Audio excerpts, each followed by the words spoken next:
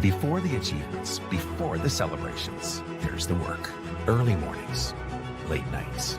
Every challenge faced, every extra effort made. Every victory starts with preparation. We value leadership, resilience, and innovation. No victory without work. Because success isn't given, it's earned. Welcome to Adrian College. Bulldog fans, remember to follow Adrian College TV on social media. For game highlights and campus events, you can catch it all on Instagram, Facebook, TikTok, and X at Adrian College TV.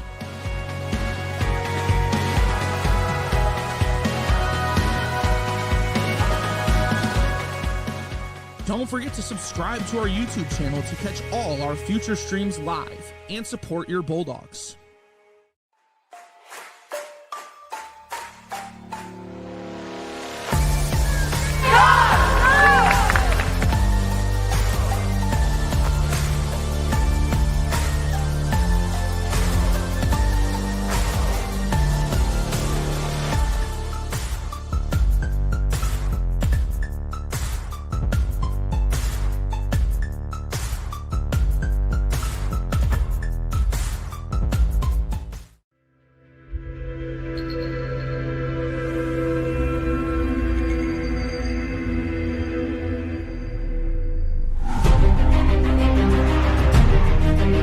Continue to take pride and learn from Asa Mahan's leadership today.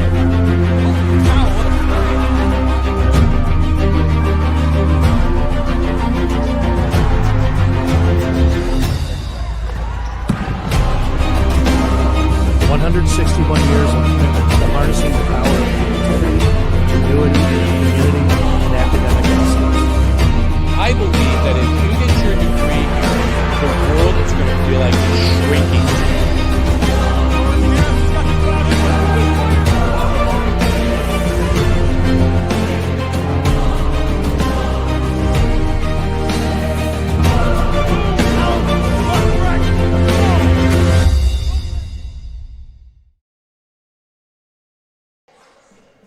Welcome inside the Maryland Sport and Fitness Center for today's class between the Hardin-Simmons University Cowgirls, who've traveled to Adrian College here in Michigan to take on the Bulldogs. Good evening, everyone. I'm Remington Gilniak, joined alongside my partner, Alexander Grove. And AG, we have ourselves an interesting one here today. Yes, we do. We got two teams from different conferences, different divisions coming up here today. And these two teams have met each other before about a couple years ago in the Puerto Rico tour that both colleges were attending, and honestly, we're looking for a very fun night. Yeah, now, of course, these Cowgirls play in the American Southwest Conference, the ASC, which largely includes teams from Texas. You know, we got a couple teams from Arkansas in there. So what should we expect to see? Like, what differences are we going to see from what we normally see here on this court compared to, you know, what we might see tonight from a team from the Lone Star State? I think that we're going to see a lot more shooting, a lot more high volume and shots compared to what we have been seeing throughout the season, throughout what we've been seeing here at Adrian and also with the other teams within Adrian's conference. Well, they've already played a game this week here in Michigan. Over on the west side, they took on Hope, where they took the loss 63-57, and they've been in Michigan since then. So my question for you, AG, what kind of an impact does the hotel life and the beds and just the overall travel toll have on this game here today? Honestly, the first day of traveling, it's going to suck regardless because, like, you're going to have bus legs. But after you get used to the hotels, the travel, right, like, your body becomes accustomed to it. So it will be a little bit easier the more you're on a trip. But still at the same time, you still would love to be at your home area to where everything's familiar and your body's much more energized. Yeah, so taking out everything that's, you know, off the court, looking strictly on the court today, let's take a look at our keys to the game for either side. Looking first at the Adrian College Bulldogs, and in my opinion, it's all about getting the whole team involved on the offensive end. For example, in their last matchup on Wednesday against Kalamazoo College, Morgan Babb, who was probably the best player on this team just on paper looking at the minutes, but in that game she played a crazy 57 minutes in the double overtime thriller, and in those minutes took a whopping 30 shots from the field and 5 trips to the line on top of that. Now, Morgan Babb is in the lineup today due to personal reasons, but the principle still stands. The more well-rounded the offense, the better results. The more Bulldogs that are actively touching the ball on the offensive end, the better chance this team wins today. And it's a team sport for a reason. Like when your top player is down, right? Next man up, right? Who's willing, or in this case, next woman up, who's willing to step up to lead the charge? I mean, you still have Aubrey Ix, who's out there with Ava Schultz being on the day-to-day injury roster there, right? You have some fire starters like Hannah Lish. You have some people that can come off the bench like Babel, right? So everything and everyone has a chance to step up and change today. Yeah, so enough about Adrian. What are we looking at for this HSU team today? For this HSU team, as I stated earlier, volume and shooting. Their three-point shooting is what's going to carry in this game. They're averaging 7 threes a game, which is more than any team within Adrian's conference. So if they were here in Michigan, they definitely would have led the charge. Their defense is what goes drive them with how they get into the passing lanes, the steals, and also get into the line, right? Get into the line, make sure that they get their free throw chances.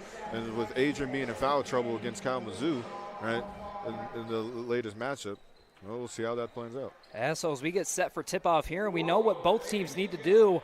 So the question still remains, will we see it happen? Stay with us. Tip-off is coming up next. Adrian and Hardin-Simmons coming up on ACTV right after this.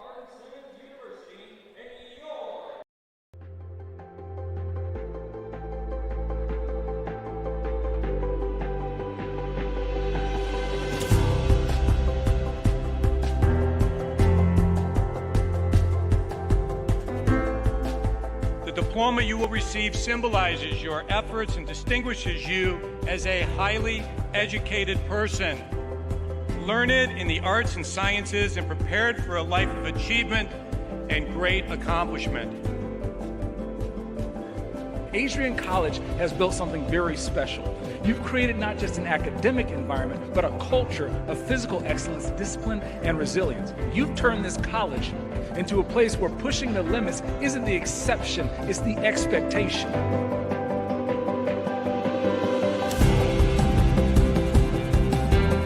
We leave here with countless memories, loyal friendships, and moments that have shaped our character far beyond what we could have imagined when we stepped onto campus. So now, class of 2025, we've come a long way, and I know as we step into this next chapter, we'll step into a new exciting adventure. I know we will do so in faith, in confidence, and in gratitude. Thank you guys, and congratulations, Adrian College, class of 2025.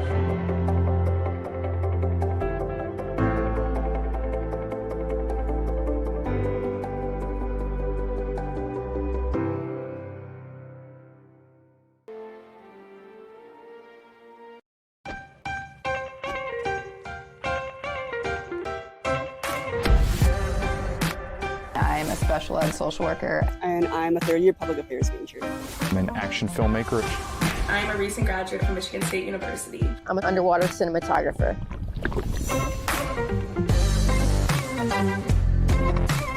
So I didn't really decide I wanted to become a pilot till after college.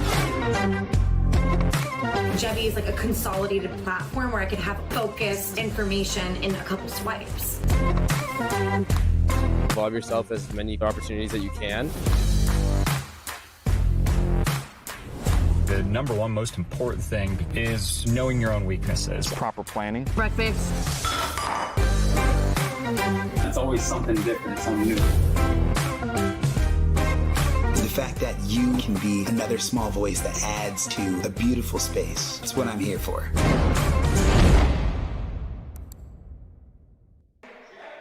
Welcome back inside the Maryland Sport and Fitness Center as we inch closer and closer to tip-off, just a minute or two away.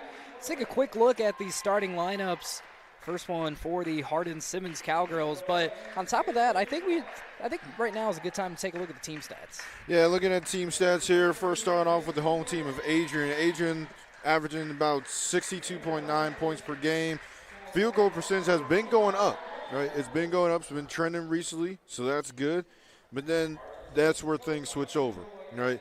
You have Hardin-Simmons have been shooting the volume of shots that they've been taking. Field goal percentages up top. But the one thing that changes for me is the turnovers per game, right? They handle the ball pretty well, right? It's not as much as Adrian, but they make sure that they take care of that ball and get turnovers when they can.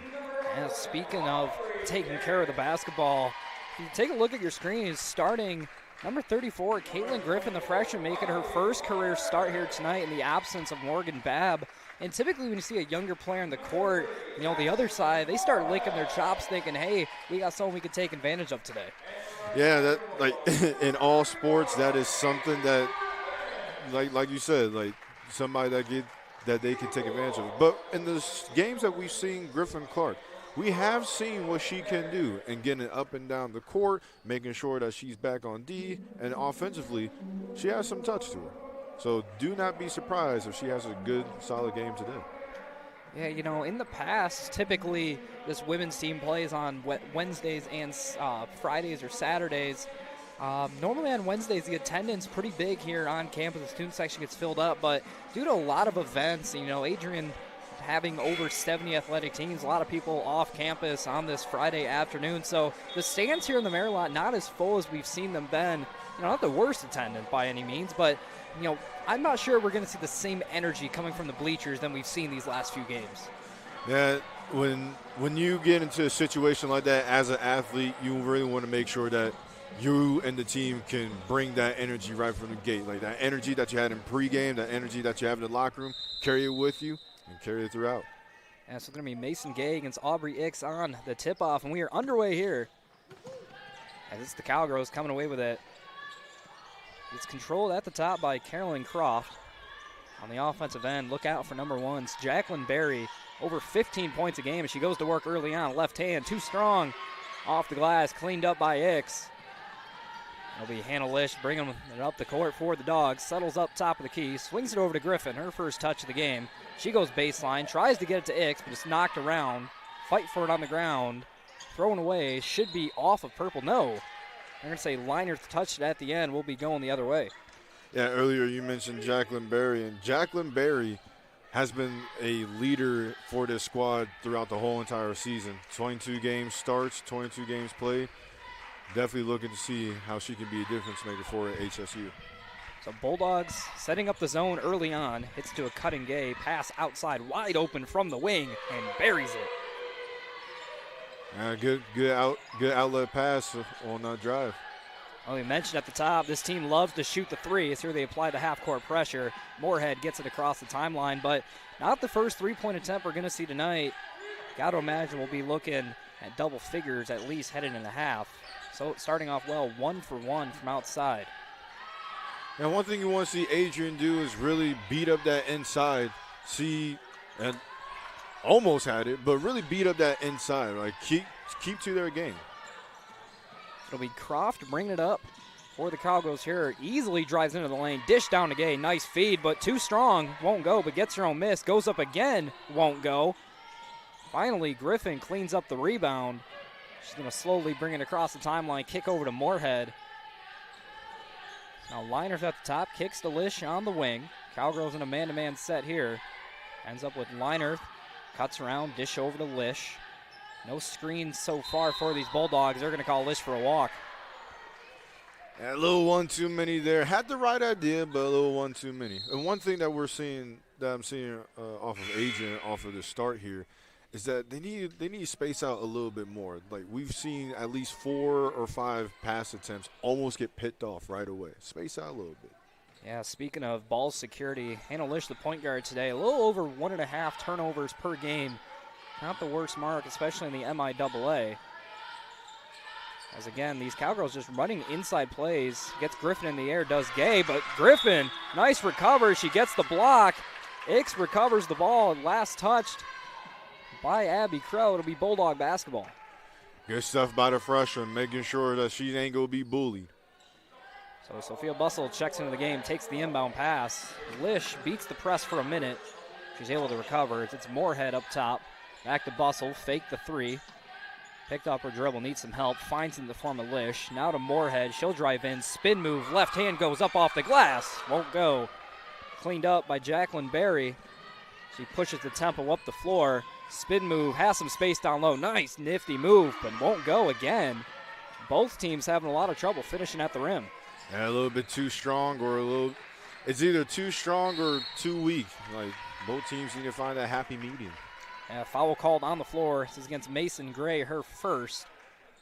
Now, this Cowgirl team does have a fair amount of depth at the, power forward and centered positions. So we'll see how early Kendra Whitehead makes the switch down there. It'll be Barry collecting it, bringing things up. Bulldogs still trying to settle into that zone. And it's dribbled off the foot of Ix. Credit her with the steal there. She dishes it to Moorhead. She needs some help at the top. Finds it in the form of Bustle. Now to Ix in the corner. She'll take the three. No, foot on the line, but it's good as a result. Usually you don't see Ix shoot from that range. Good surprise, and now we got up on the board. Yeah, Ix not the most prolific three-point shooter, just 2 3-point attempts. That one about as close as you can get to a three-point attempt. That left foot just right on the lines. Here's Barry down low, way too much space. Easily puts it in for 2. Ooh. Cowgirl still trying to run this full court press. Give credit to Carolyn Croft. Been all over the defensive side tonight. Ends up with Bustle at the top. Lish comes off. Gets the screen from Ix. They switch Gray on to Lish. They have a mismatch down low. Ix wide open. Puts it up. Rolls around. Doesn't go. But she gets her own miss. Hits a cutting Griffin. Nice feed from Ix. And Griffin finishes it for 2. So far, I'm liking what I'm seeing from Griffin. Right? She's standing her ground on defense and making smart reads on the O side. Yeah, you're not going to see a ton of physicality from Griffin. Here's a three-point attempt, won't go, from Abby Crow. But plays like that where Griffin's able to stand up top and cut down low and have a lot of space, that is where she is going to be at her best. Another turnover there with this one, courtesy of Ashlyn Moorhead. As Barry drives in, nice crossover again, goes up, count it, and the foul. Yeah, earlier we were talking about how a team would see a freshman starting their first game, lick their chops, and Barry saw that Griffin was on her, just decided to attack the rim. Now she's at the line for 2. Well, Jacqueline Barry, as good as she is at scoring the basketball, has not had the greatest of seasons from the charity stripe, about 58% on the season. That compares to just about 40% from the field for the season, so fairly large discrepancy there. So Bulldogs make a couple changes before these free throws. It's McElroy and Barkowitz checking in. Now the officials gather at the scores table. AG, you know what's going on here? Not a clue, to be honest with you. But it looks like they're talking to somebody about the clock. Now we've had problems here at the Merillat with the shot clock. It's like the officials looking up at it. It's like we're ready to go. So it'll be Jacqueline Barry, her first time at the stripe today. Cowgirls have an early 3-point lead, just about halfway through the first quarter. She converts the 3-point play to extend the lead up to 4. Cowgirls can convert now into a full court press. So it ends up with Griffin at the top, Liner from the wing. Nice hands by Jacqueline Barry, knocking that one away. Sophia Bustle was wide open on the corner in that play. Yeah, the Cowgirls lucked out on that one, but at the same time doing very well with having active hands and feet getting into the passing lanes. So it'll be Linerth on the inbound. Probably target the de facto point guard McElroy in the ballgame right now. It'll be Barkowitz coming off the screen, nothing doing there. She'll find the long pass over to Griffin. Now back to McElroy. Dish over to Bustle, deep from the wing. Defense closes out nicely. Dish to Griffin, but a weak pass from Linerth gets picked off by Barry once again as she pushes the tempo, navigates through, goes up right hand, puts in another. Barry showcasing her defensive prowess and her speed all at once. So McElroy getting it across the timeline. Bulldogs have not been able to penetrate this defense at all. So they swing it over to Bustle on the wing, now to Linerth up top. Back to McElroy, cutting in, pull-up J off the glass, won't go. Rebound by Bolin. Now wide open from the wing, but no, she'll drive. That's Bolin. Kicks it over to Bennett. Bennett finds Barry up top. She's guarded by Griffin. Barry swings it over to Croft. Croft spins, dish back. Driving in is Bolin, pass down low. And off the hand of Bennett, will be going the other way. That's going to be our first media timeout of the game. 10-4, Cowgirls lead at just over 5 minutes into this one. You're watching women's basketball here on Adrian College TV. If there was one word I was going to use to describe the communication arts program at Adrian College, it would be unique. Students find themselves on the radio, in front of and behind the camera, and directing their own programs. Students learn in a personalized environment that sets them up for a world of opportunities. Are you ready for your moment in the limelight? Learn more about the Rush Communications Center and Adrian College's communications program by visiting adrian.edu today. Stay connected with all the action by following at Adrian College TV on social media. From game highlights to campus events, we have got you covered. Don't miss a moment. Follow at Adrian College TV today. So 10-4 your score, 4:22 left here in the first quarter. And looking so far, it's really been the Bulldog offense that's been the catalyst for such a slow start. Yeah, just gotta convert on the chances that you do have, and at the same time, right? You know that HSU, you know that the Cowgirls are showing you how active and controlled they are on defense, right? If they're going to swarm you on the inside, let them swarm you for a kick out and be quick about it. Like the second guessing or the holding on to the ball a little bit too long is what's allowing those pickoff plays. Yeah, head coach of this Hardin-Simmons team, Kendra Whitehead, clearly very aggressive with the defensive mindset she has. It's no accident that they steal the ball 20 times a game against their opponents. In 20 extra possessions a game is the reason why this team, well, so far this season, 17-5 on the year. It's a winning recipe, right? Like the old adage goes, defense wins championships, and honestly, what HSU is showing us here is that they got a good chance for when playoff comes around. Absolutely. So the Bulldogs will look to finally get some offense going. It'll be Lish, Ix, Bustle, Griffin, and McElroy, your 5 on the floor right now. So it'll be Griffin on the inbound. And these Bulldogs already 4 turnovers in the game. I'll throw that on a 2-for-7 field goal percentage so far, and well, got a catalyst for a slow offensive start. So Bustle picks up the dribble, swings it over to Lish. Now to McElroy. Bulldogs running a 3-guard set right now. As McElroy gets a screen from Griffin, dish to Lish. Bustle from the corner, too weak off the front iron, but Lish with an offensive rebound. Swings it over to Griffin, now to Bustle. She'll take the 3 from the wing. Nylon. There you go, Sophia Bustle. That's what she's known for. That's why she got brought in by Coach Miller. Right, them 3-point shooting. Let's see if this keeps up. And some of this team has dearly lacked throughout most of this season, just 27.2% on the year. Can certainly use more of that as we head down to the final games of the season. Miscommunication down low, but an errant pass by Savannah Bennett leads to the turnover. Bulldog basketball. Now the Bulldogs really need to watch out for that with that back door on defense. Now they're focusing too much up top, which is a really cause for concern there. But at the same time, make sure everyone is accounted for. Yeah, not the first time we've seen Jacqueline Berry have a wide open baseline cut off an off-ball screen. I'm sure Sam Miller and the Bulldogs, if not that last time out, certainly this next one will be a conversation point as Griffin kicks it down low to Ish. Ish kicks out to Lish. Shot clock winds down to 3. Griffin gets the grenade. She'll pull it from 3. Won't go. They're going to say McElroy didn't get it off. It'll be a shot clock violation. Cowgirl ball. I mean, it was a good look. Honestly, I'm not mad at it.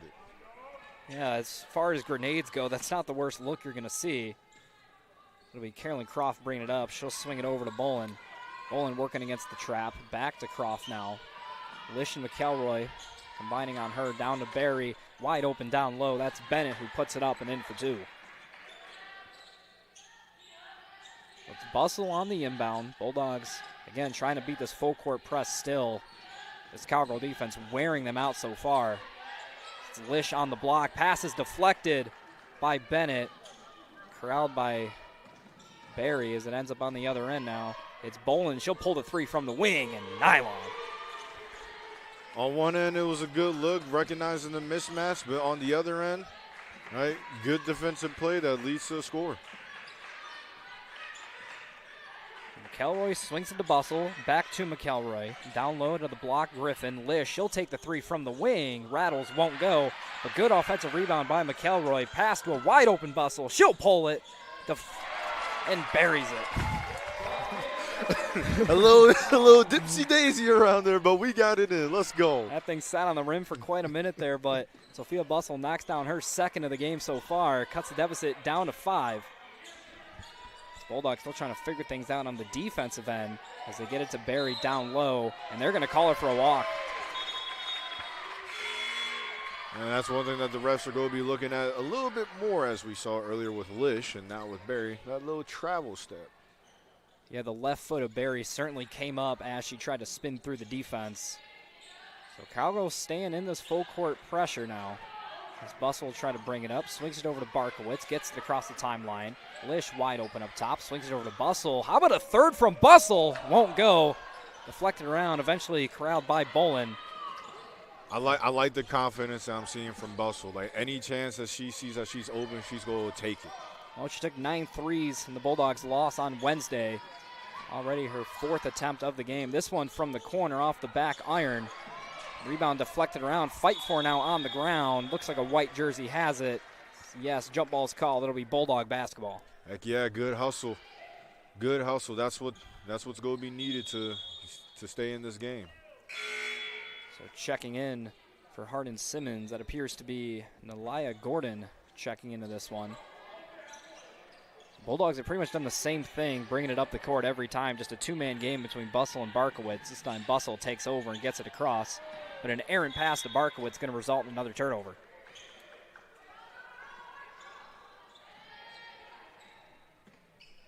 So now going the other way, it's the Cowgirls. It'll be Gordon bringing it up.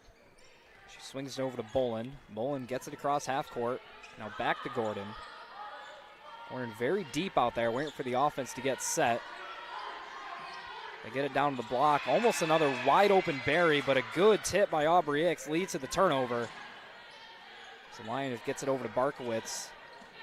Now to Lish. Lish will try to set up the offense now. Ix comes up to set the screen. See what Lish does here. Going to use the screen from Ix. Gets it inside, drives, has space. They're going to call foul on the floor. I believe they're going to call it on Barry. Didn't see an official go up with any hand signals, but it's Bulldog basketball. Inbound from the baseline. It'll be Leinerth.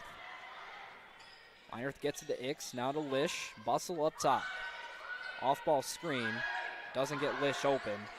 It's Barkowitz pass down low. Deflected briefly by Sacco. Ends up with Lish. She misses the layups. Last second heave from Barry ends up well short, and that is going to do it for the first quarter here. 15-10 your score. Hardin-Simmons leaves it. We've played 10 minutes here in the Marilot. 15-10 your score. You're watching women's basketball here at Adrian College TV. Adrian College is shaping the future of higher education and leading the way in innovation and excellence. Ranked first in most innovative schools and second in best value in undergraduate teaching in the Midwest by U.S. News and World Report, Adrian College is recognized for its commitment to innovation, quality education, and affordability. Offering 71 undergraduate programs, 13 graduate programs, and a 1-to-15 faculty-to-student ratio, our students receive personalized attention and a cutting-edge education. With state-of-the-art facilities, 10 academic institutes, and 50 competitive sports teams, Adrian fosters growth both inside and outside the classroom. From small class sizes to championship-level athletics, we provide the tools and experiences you need to succeed. Join a community that prioritizes your success. Start your journey with us, where your potential is realized. Discover Adrian College. Welcome back inside the Marilot Sport Fitness Center. Through one quarter here, 15-10, the Cowgirls lead it. And how about Jacqueline Berry so far? In 10 minutes, 7 points in the game, 3 for 6 from the field. Also added a free throw onto that.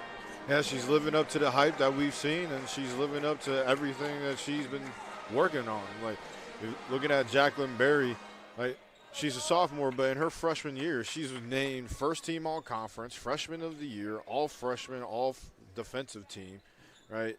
All D3 all region rookie of the year, 2025 national rookie. So like all her rookie freshman success has really carried over into this season, and she continues to ride that hot hand. Speaking of Barry, she has it on the block, navigates through. Good dish down low to Sacco. She puts it up and in for two. And we talked about the scoring from Barry, but how about the playmaking there? Not the first time we've seen her make a nice dish. And that's the opposite of that there, as Caitlin Griffin throws it about 2 feet over the head of Ix. Another turnover against the Bulldogs. So I'm bringing it up now. That's Bolin on the wing. Dishes it back over to Gordon. And she sets this up way back in the backcourt. Now they get it to Barry on the block, guarded by Ix. Tries to drive through with the left hand.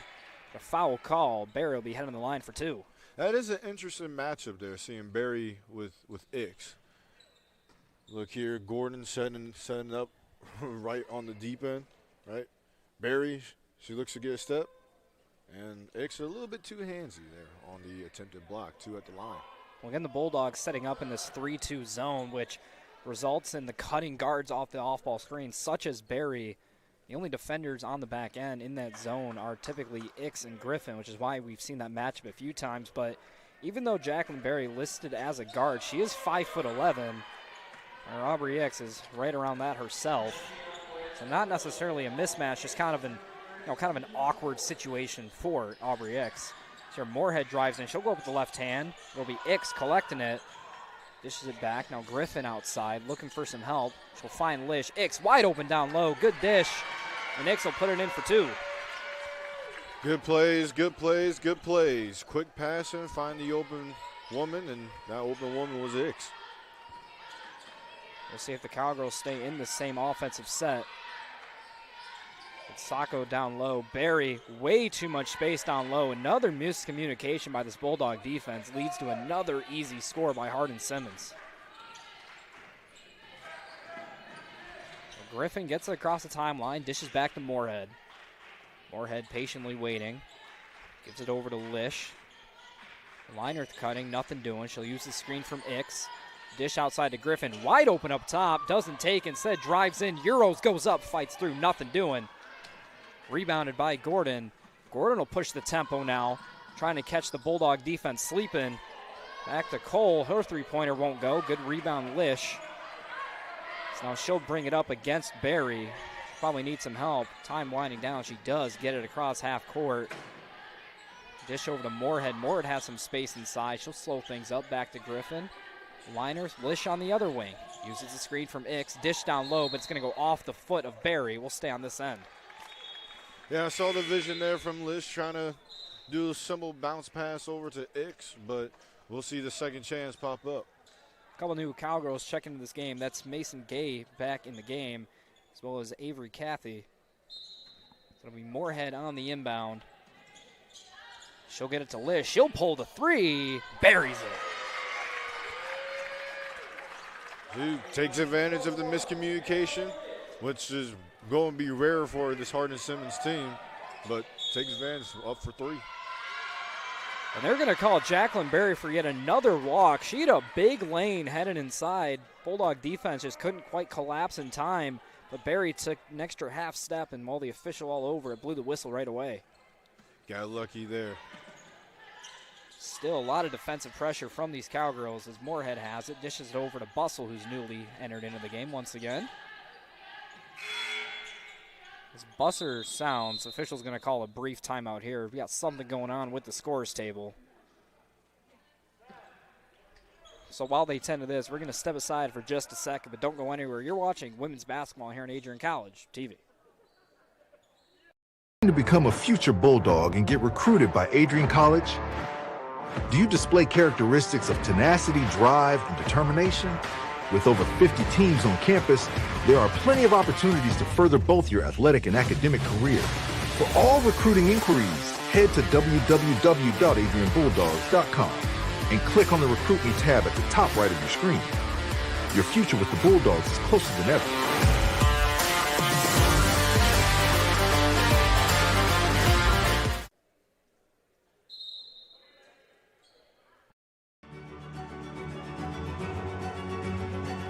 Before the achievements, before the celebrations, there's the work.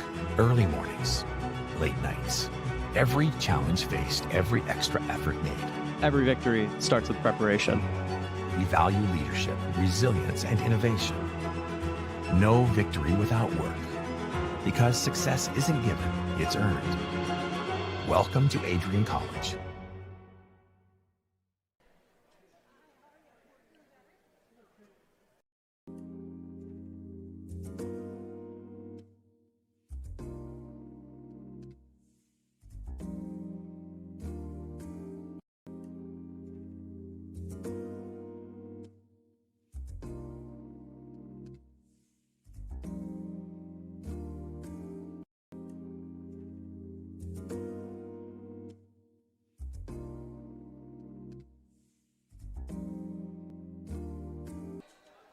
Welcome back inside the Marilat Sport and Fitness Center. Looks like got the clock figured out. It was not running as Moorhead brought it up. And then, well, I'm not sure why the buzzer sounded.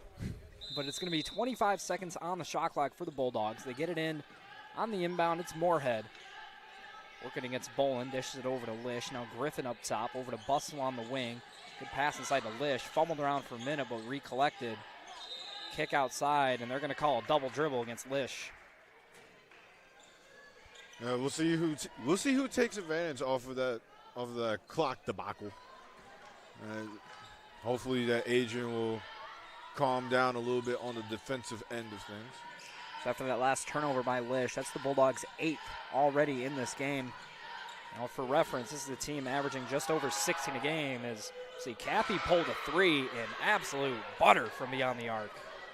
And I saw Bustle coming across, put a nice pump fake in there for the score. So Griffin gets it across the timeline, slows things up, dish back over to Lish. Out of Moorhead up top. Bustle on the wing, looking for someone to get it to. She'll get it to Griffin. Lish, she has some space. She'll pull it, nylon.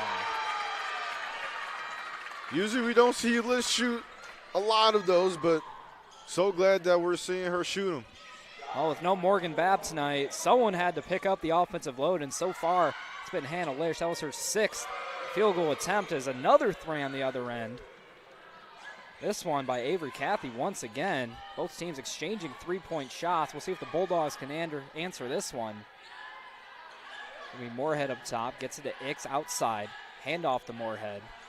She'll clear away. Moorhead behind the back. Nothing doing though on the drive. So now Lish has some space. She'll take the pull-up J. Won't go.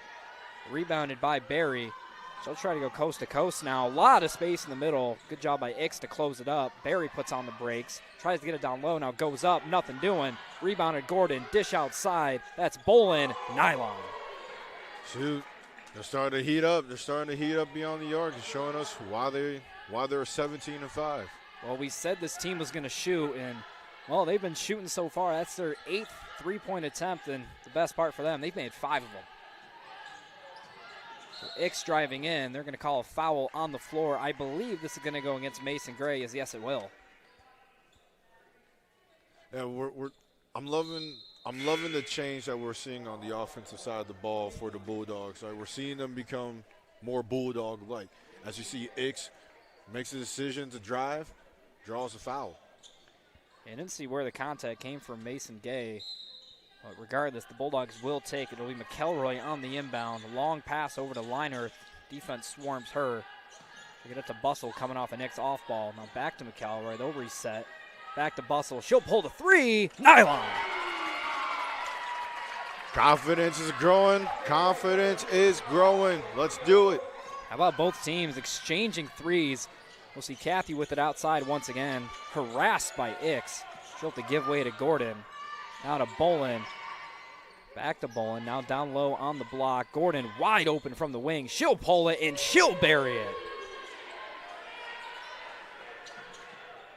It's about to be like the shootout, the OK Corral if we ain't too careful. Absolutely a shootout so far. Both teams just firing from outside. So it's a 10-point advantage for these Cowgirls. Liner, good offensive rebound. Reverse layup. Puts it up and in for 2. So up to Bolin. Long pass to Gordon. Has more space. Now to Kathy in the corner. She'll navigate it up. On the block, back to Gordon outside, wide open in the corner. That's Bolin. She'll pull it, and she'll bury another one. That's going to force a timeout. Sam Miller says enough is enough. I want a whistle here. 34-23 your score, 4:17 left to play. We're going to step aside for just a second. You're watching women's basketball here on Adrian College TV. The Adrian College Media Production House provides opportunities for students to learn and grow live on the airwaves, just like Matt Kibbe. I've gotten a chance to create a relationship with coaches and teams and learn more from people instead of trying to teach myself something. Gotten an opportunity to expand my knowledge of sports, hone in on my skills as a broadcaster, and learn about equipment in different ways. You get more of a connection with professors as well. Providing opportunities, growing leadership. The Adrian College Media Production House. Thanks for tuning in. Ready to explore your Adrian future? Scholarship Day lets admitted students tour campus, meet faculty, and earn a renewable scholarship. Register now at adrian.edu/admissions/visit-campus/scholarship-day. So 4:17 here left in the first half. Bulldogs currently trail by 11. And how about the three-point barrage we've seen so far? Yeah, HSU has really it's what we expected.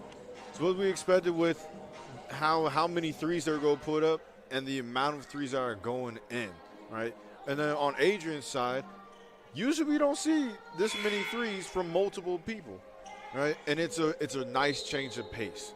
But like one thing that was interesting is that during that timeout, you could hear Coach Whitehead start to emphasize, start to push that message of, hey, get close to those three-point shooters. When they have it beyond the arc, do not give them any space, especially after Bustle made at least 2 threes with someone in her face.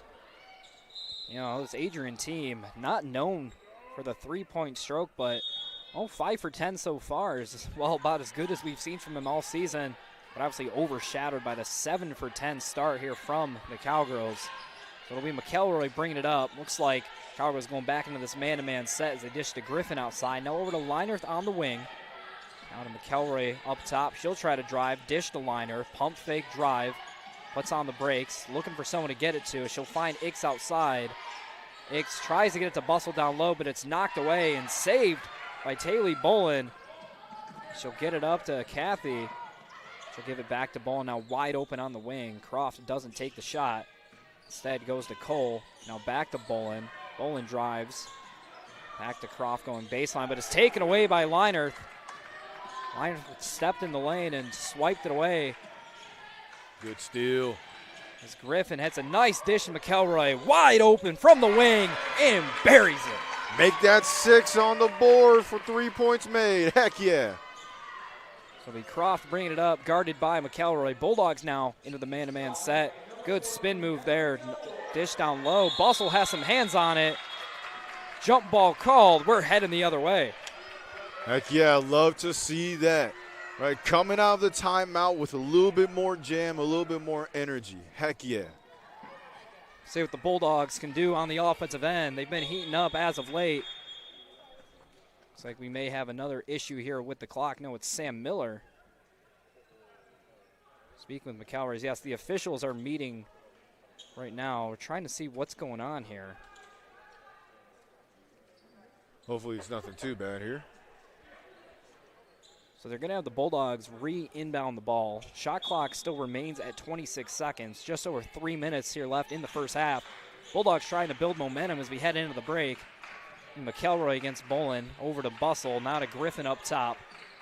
A lot of off-ball movement by the Bulldogs as Leinerth has it. Drives in. Looking for someone to get it to.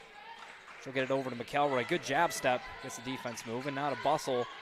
Between the legs, but good physical defense by Croft. Not allowing her to go anywhere. Puts the pause on it and forces the turnover. And they're really D'ing up closer on Bustle. Like they saw how she was starting to heat up there, right? Really closing it in towards the double team, leading to that turnover. So here's Croft bringing it up. It'll be McElroy drawing the assignment. Dish over on the far side. Here's Kathy, long range 3 and nylon. Woo. telling you, when you're hot as a team, you're hot. No one can stop these Cowgirls from beyond the arc. That is their 8th three-pointer already here in the first half. Bulldogs try to respond now. Deficit up to 11 points in the game now. So swing it over to Griffin. Icks down low.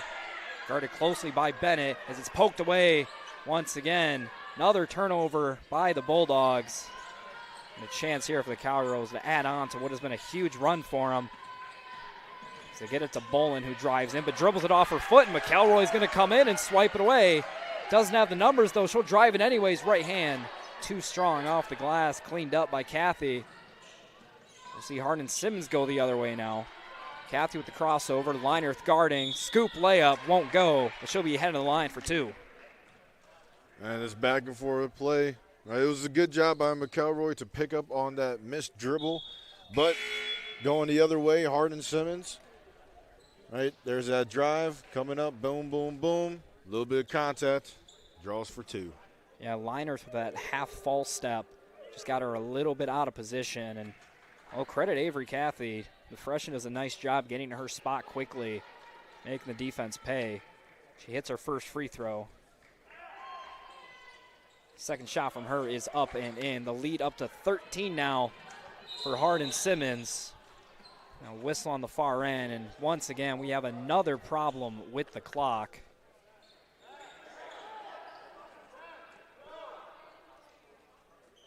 I don't think this is going to be a clock issue this time. Well, Sam Miller is angry. I mean, I can understand why. I mean, this is 2 straight possessions where they're about to get set up and get on the rush here, and then random whistle. See McElroy off the inbound, guarded closely by Croft, swings it over to Lish back into the game, but an errant pass to Lish could end up going beyond the court, and that is going to be yet another Bulldog turnover.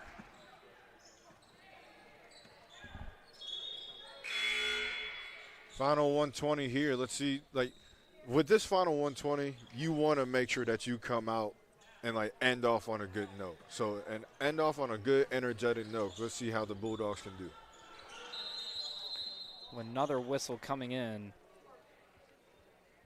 Looks like we have more issues with the clock, so while they tend to that, we're going to step aside for just a second, but don't go anywhere. You're watching women's basketball here on Adrian College TV. Adrian College is a pinpoint like no other. With our 77 undergraduate degrees, 47 majors, and 21 broad fields of study, Adrian has a one-of-a-kind, hands-on learning experience for everyone. Do you want to visit the campus of Adrian College in person? Visit adrian.edu/campus-visit. Again, that's adrian.edu/campus-visit. Come take in the beautiful facilities at Adrian College for yourself. Bulldog fans, remember to follow Adrian College TV on social media. For game highlights and campus events, you can catch it all on Instagram, Facebook, TikTok, and X at Adrian College TV.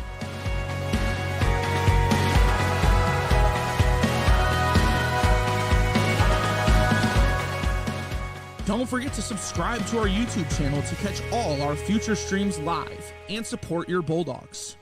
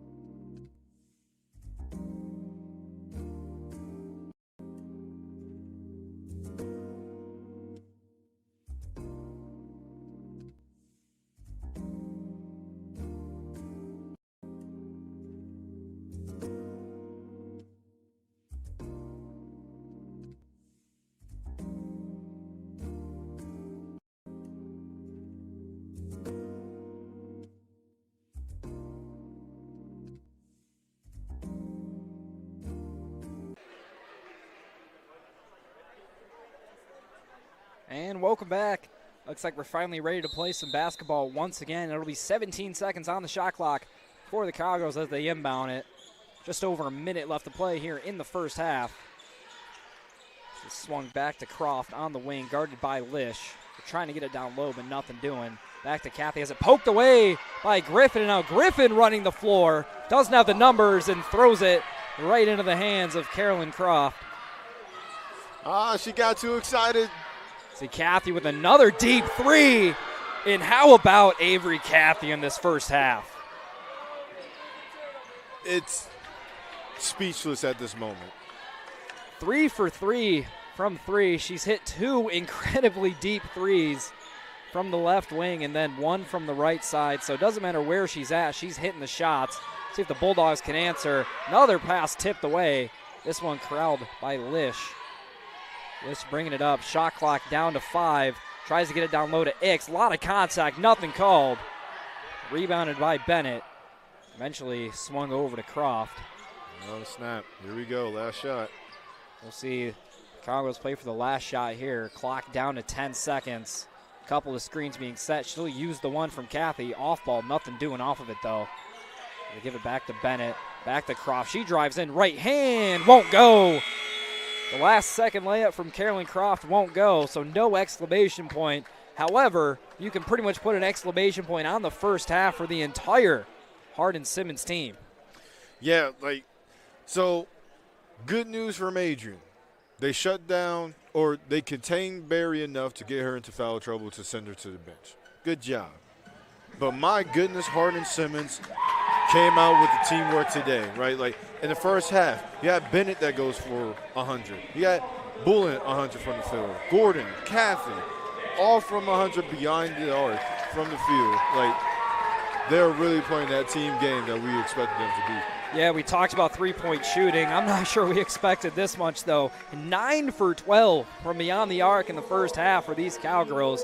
Meanwhile, the Bulldogs, 6 for 11 themselves. That's 54.5%, sorry. So definitely nothing to scoff at there, but, the Bulldogs, just every little mistake they're making being extremely capitalized on the other end of the floor. Yeah, a couple of notes I have, active defense versus controlled defense. Right, we're seeing the feet active. We're seeing the hands active. That's good. But at the same time, where's the control and making sure that the lanes are closed off? The communication is there. Right? If we can add control into the active defense, defensive side of the ball can bring us back in this game. Yeah, certainly a lot of things for the Bulldogs to think about as they head into the locker room here. 42-26, Cowgirls lead it. We're going to head to the halftime break, but don't go anywhere. You're watching women's basketball here on Adrian College TV. Bulldog fans, remember to follow Adrian College TV on social media. For game highlights and campus events, you can catch it all on Instagram, Facebook, TikTok, and X at Adrian College TV.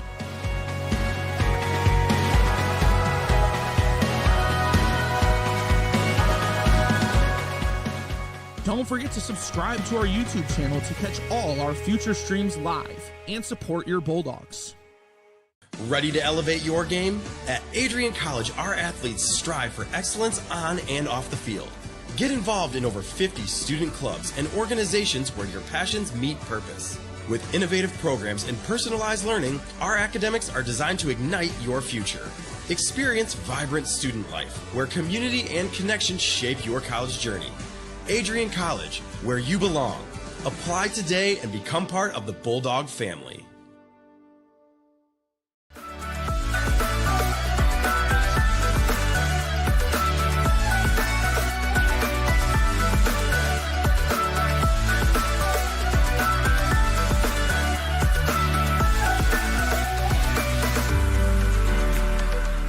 You stand today, students, on the threshold of a magical time in your life. A time of significant growth and introspection, self-awareness, challenge, and great opportunity. A time that you will always look back on.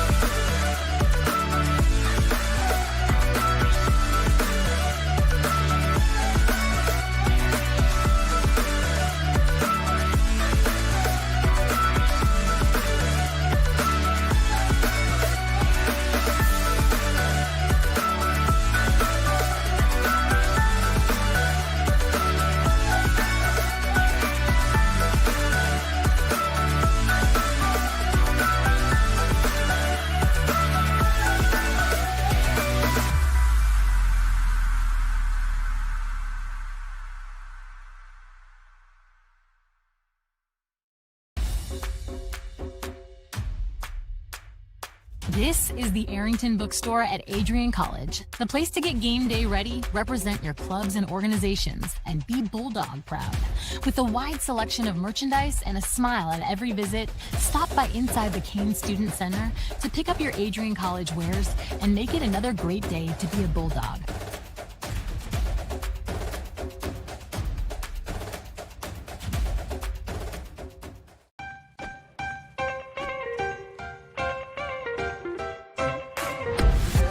I'm a special ed social worker. And I'm a third-year public affairs major. I'm an action filmmaker. Jevi is like a consolidated platform where I could have focused information in a couple swipes. You can be another small voice that adds to a beautiful space. That's what I'm here for.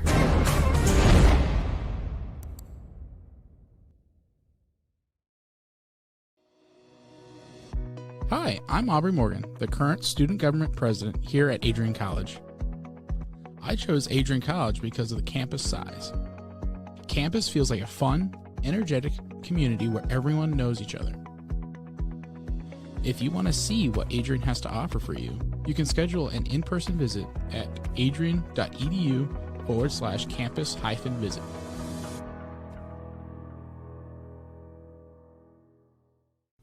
Adrian College is a pinpoint like no other. With our 77 undergraduate degrees, 47 majors, and 21 broad fields of study, Adrian has a one-of-a-kind, hands-on learning experience for everyone. Do you want to visit the campus of Adrian College in person? Visit adrian.edu/campus-visit. Again, that's adrian.edu/campus-visit. Come take in the beautiful facilities at Adrian College for yourself. If there was one word I was going to use to describe the communication arts program at Adrian College, it would be unique. Students find themselves on the radio, in front of and behind the camera, and directing their own programs. Students learn in a personalized environment that sets them up for a world of opportunities. Are you ready for your moment in the limelight? Learn more about the Rush Communications Center and Adrian College's communications program by visiting adrian.edu today. Are you looking to become a future Bulldog and get recruited by Adrian College? Do you display characteristics of tenacity, drive, and determination? With over 50 teams on campus, there are plenty of opportunities to further both your athletic and academic career. For all recruiting inquiries, head to www.adrianbulldogs.com and click on the Recruit Me tab at the top right of your screen. Your future with the Bulldogs is closer than ever.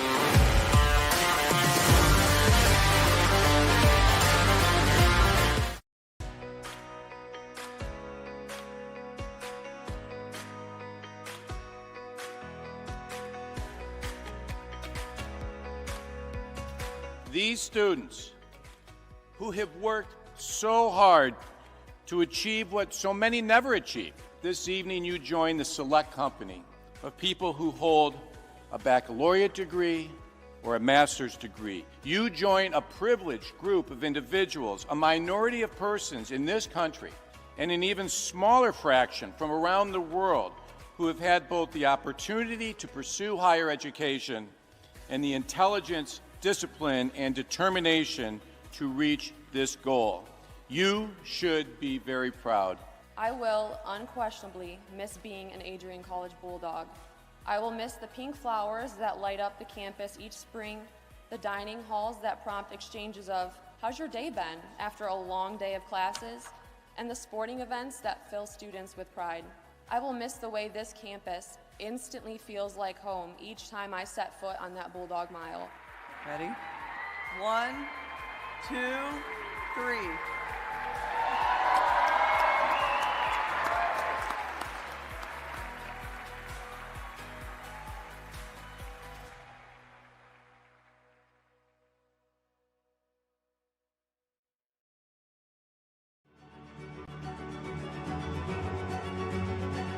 Before the achievements, before the celebrations, there's the work. Early mornings, late nights. Every challenge faced, every extra effort made. Every victory starts with preparation. We value leadership, resilience, and innovation. No victory without work. Because success isn't given, it's earned. Welcome to Adrian College. And welcome back inside the Maryland Sport Fitness Center for ACTV at the half. Well, AG, we got a bit of a blowout here at halftime, 42-26 your score in favor of Hardin-Simmons. And as we've talked about, it's been the three-point shooting that's really been the catalyst of this impressive run. Yeah, we're seeing it from both sides, right? For Hardin-Simmons, it's their game, it's their identity, right? On the offensive side of the ball, if they're not drawing fouls and getting to the line, they're pulling that three like it's nobody's business. On Adrian's side of things, three-point shooting is not their game, but we are starting to see like how good these shooters are, right, when the opportunity is given. Yeah, again, for Adrian, looking at who's made threes in this one, it's been Sophia Bussell, 3 for 4 from beyond the arc so far. How about Hannah Lish, though, adding a couple three-pointers of her own. But again, it's Bussell, leading scorer for the Bulldogs at halftime with 9. Looking at the other side at Hardin-Simmons, it's been Avery Cathy off the bench with 11 points, 3 for 3 from the field, all of them from downtown. She also added a pair of free throws. Yeah, Avery Cathy, who's really stepped up when Barry went to the bench, like due to foul trouble, right? But that's the one thing that you're seeing from Hardin-Simmons is that teammate, just the collaboration, just like, all right, we got a teammate. Our leader right now is not on the floor, so who else is going to step up? Well, 3 people, specifically Avery Cathy. Yeah, so we've seen players step up on both sides. Now, one player I am very interested in talking about here, how about Taylor Bolin? Now, Bolin, 14 minutes in this game, was not a starter, but 3 for 3 from the field, and she's also 3 for 3 from beyond the arc, has 9 points in this game. Now, coming into this game, we didn't expect her to take on this much of an offensive role, but we'll give credit to her. She has definitely been, if not the spark, one of the sparks in this Cowgirl offense. Yes, and she's the right now she's a definition of opportunistic, right? You give her the opportunity to get on the floor coming off the bench, she's going to make the most of it. Adrian's giving her the opportunity to hit the three-pointers that she can hit. She made the most of it, especially some downtown logo, like from the NCAA logo. That's not an easy shot to make, but she's made, 2 of those from that range? Shoot. Yeah, absolutely. Just tough for a defense to defend that because, typically at this level, Division III women's basketball, you're more concerned about stopping the post players down low. You don't want to give up the easy baskets, but when teams are stretching the floor like this, just making it so hard to cover all that hardwood, what does Adrian have to do to attempt to cover all that hardwood here in the second half? Control and communicate, right? Control what you can control. What you can control is the communication and making sure that you're within the lanes, right? And if you can't get in the lanes, close out. Make sure that closeout is fast and effective so that way you can draw them into Aubrey X area and Griffin Clark's area, right? Or not Griffin Clark, excuse me. Catelyn Griffin's area for some defensive stops and go the other way and capitalize on the offensive side of the ball. Yeah, so Bulldogs certainly have a lot of work to do here in the second half. Just under 3 minutes until we resume play, so we're going to step aside until then. When we come back, second half basketball here on Adrian College TV.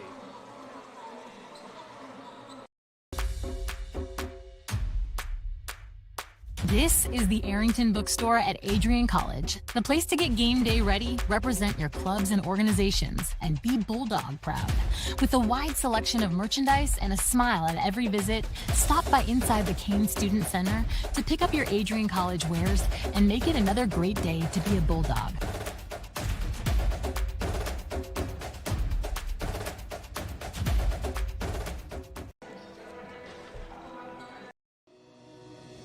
Hi, I'm Aubrey Morgan, the current student government president here at Adrian College. I chose Adrian College because of the campus size. Campus feels like a fun, energetic community where everyone knows each other. If you want to see what Adrian has to offer for you, you can schedule an in-person visit at adrian.edu/campus-visit.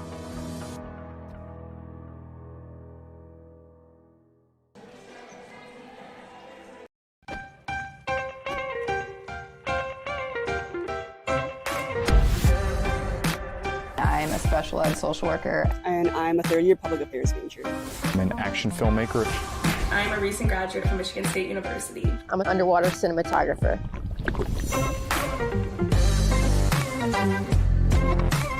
So I didn't really decide I wanted to become a pilot till after college. Jevy is like a consolidated platform where I could have focused information in a couple swipes. Involve yourself as many opportunities that you can. The number one most important thing is knowing your own weaknesses. Proper planning. Breakfast. It's always something different, something new. The fact that you can be another small voice that adds to a beautiful space. That's what I'm here for.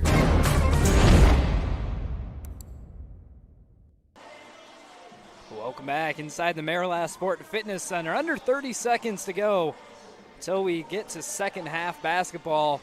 Well, it's going to take a lot for these Bulldogs to, well, get back into this one. Down 16 points at the half. One of the largest halftime deficits we've seen from this team. Well, not only this season, but in quite a while. And again, a lot of it's been due to the three-point shooting of HSU.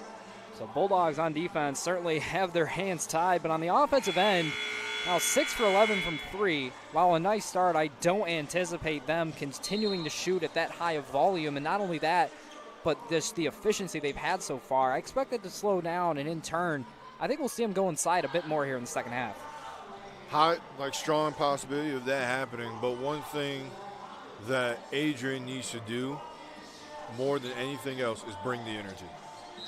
The energy needs to be brung. It was low in the first half, but bring that energy and we can start to see the efficiency pop up. Yeah, we talk about the crowd aspect of this game at the top of the broadcast. Who knows how much of a factor that's playing, but one thing's clear, Bulldogs just not playing with that same spark and energy than we've seen. We're going to have a foul on the floor. This one, I believe, against number 4, Abby Crow. Yeah, good step by Moorhead. Making sure she draws that foul, keeping the ball down the offensive zone. Moorhead on the inbound, but it's deflected by Gay. But Moorhead gets it right back, goes up, puts it up, and in for two. Well, it may have been an ugly picture, but the picture came out fine. Here we go. Good start. It's like an old Polaroid camera. You take a picture of it, got to shake it out for a while, let it come in. It's kind of what we saw there. Down low, that's Barry. Her layup won't go. Rebounded by Ix. Well, Ix certainly been quiet on the offensive end. We'll see if that changes here in the second half, but it is an out-of-conference game, so I can't imagine if this game continues to be at this large of a deficit that we see Ix play much in the fourth quarter. As it's Croft serving, brings it right through the heart of the defense for her, swinging it to the corner over to Cole. Back to Croft. Now she has it on the wing, working against Lish. Outside, that's Crow. She drives in, kick to the corner. That's Croft. Navigates to the wing, uses a screen. Griffin pokes it away, though. Moorhead comes up with it. 2-on-2 as she drives in, kicks it over to Lish in the corner. She'll go baseline, has space, goes up, puts it up and in for two. Adrian switched over to that man-on-man defense, got the steal, and good ups by Lish on finishing 5 follow-through. Yeah, I haven't seen this Cowgirl offense be very aggressive on the offensive end here. Definitely a stark contrast to what we saw in the first half. I would imagine they're just going to start pulling that thing any second now. There's Croft drives in, left hand, but swatted away by Griffin. Croft gets her own rebound, then Liner gets herself a steal, but she's trapped in the baseline, but she's going to find Lish. Bulldogs have to get it across the timeline here. They'll get it over to Moorhead as she drives in, puts on the brakes, little pump fake, right hand, far too short, rebounded by Mason Gay. She kicks it over to Barry. Barry going to try to go coast to coast here. Reverse pivot, turnaround Jay, won't go. Another nice rebound by Ix coming in uncontested. Now Moorhead will bring it up for the Bulldogs once again. The 16-point halftime deficit down to 12. Well, at this rate, we're going to have a tied game here in about 4 minutes. So back to Moorhead on the wing. A lot of off-ball movement. Lish gets it off the off-ball by Griffin. Back to Moorhead up top. Calls for the screen from Ix. She'll use it. Going to the right side. Drives in. Puts on the brakes. Dish back to Ix. She'll have to put something up here. Left hand. Won't go. Rebounded by Crow. Tough spot for Aubrey Ix there. Just had to chuck up the grenade. Now in the corner, that's Cole. She'll dish it over to Crow. Crow working through, swings it back up top over to Croft. Croft calling for a screen. It'll come from Crow. Griffin switches on, tries to poke it away, but got too much of the body of Croft. Foul on the floor. One thing that I'm seeing that I'm liking from Griffin here is the aggression. Right? Like she's a little bit more aggressive on defense on the second half, as you see here. Right? Just a little poke. Yeah, I got the forearm a little bit, but to the earlier defensive possessions, block, closeouts, making sure that everything is shut down on her end. Wide open three from Crow. Rattles, won't go. Fight for the rebound. Lish comes away with it. As she'll try to go coast to coast with it now, bringing it up, drives inside. She'll go up against Gay, but Gay swats it away. Big time block. Dang. Came with some power on that. Wow. Yeah, one of the more ferocious blocks you'll see at this level of women's basketball. Credit to Mason Gay. Great footwork, great timing. She swatted that thing against the Bulldog padded wall. It's off the inbound. It'll be Carolyn Croft coming in, swooping it away, trying to go the other end. Puts on the brakes. Pull up J, too weak off the front iron. Good rebound by Ix in traffic. Swings it over to Lish. As Lish will work against Dylan Cole now. She brings it up to the wing. Now over to Bustle on the other side. Tough physical defense by Barry. Bustle will have to give way to Lish. Farmer's in a man-to-man set here. Griffin cutting. She'll drive through, step through. Got it! Went high off the glass with the right hand. Fancy move there by Caitlin Griffin. Shoot. If Lish couldn't get it past Gay, Griffin got it. So Barry will have to put on the brakes in the block. Dish it outside to Croft. She'll use the screen from Barry, navigating through to the right side. Turns around. Ix comes in and pokes it away. Another steal for the Bulldogs. Aubrey Ix with a nice play, and we'll have a foul on the floor. Carolyn Croft, the one committing it. Good job by the Bulldogs on that help defense there, making sure that they're suffocating those lanes. One thing that was one thing that was missing from the first half. Yeah, much more aggressive on this end of the floor, and maybe a little bit of frustration by Carolyn Croft on the other end. Uncharacteristic play from a senior. So now the Bulldogs will try to cut the deficit below double digits as Bustle has it on the wing. No, she's looking to shoot, but Griffin has a good look inside. She puts it up. This time won't go. Rebounded by Gay. Kicks it over to Barry. Bulldogs need to trap her, but Barry runs right through and puts it in with the left hand for two. Shoot, speed, finding lanes. She's been doing a really good job at this whole entire game when she has been out there on the floor and finding that open lane on the fast break. Back to Bustle outside, now over to Lish. Doesn't use the screen from Ix. She'll put on the brakes. Kick to Bustle from the corner. Nylon. Bang! Sophia Bustle with her fourth three of the contest cuts the deficit down to 9. First time it's been below double digits since the 7-minute mark of the second quarter. So up top now, that's Barry. A little hezzy move, inside left hand, count it, and the foul. That was a good move by Barry to draw that and one there. But on the defensive side, if you see a teammate that's a little bit slower on the step compared to somebody like Barry, let's help her out. So that's going to be our media timeout here in the third quarter. 46-35, Bulldogs making it a bit closer. We're going to step aside for just a minute. You're watching women's basketball here on Adrian College TV. Ready to elevate your game? At Adrian College, our athletes strive for excellence on and off the field. Get involved in over 50 student clubs and organizations where your passions meet purpose. With innovative programs and personalized learning, our academics are designed to ignite your future. Experience vibrant student life, where community and connection shape your college journey. Adrian College, where you belong. Apply today and become part of the Bulldog family. Don't miss Chase Matthew live at Adrian College on March 21st at 7 p.m. for our spring concert. It's free for all of Adrian College students, and tickets are available now at adriancollege.hometownticketing.com. That's March 21st, Chase Matthew at Adrian College. We're holding it down. Now, speaking of holding it down, Bulldog defense certainly doing that here. In the third quarter, Hardin-Simmons held to 4 points on 2 for 7 shooting.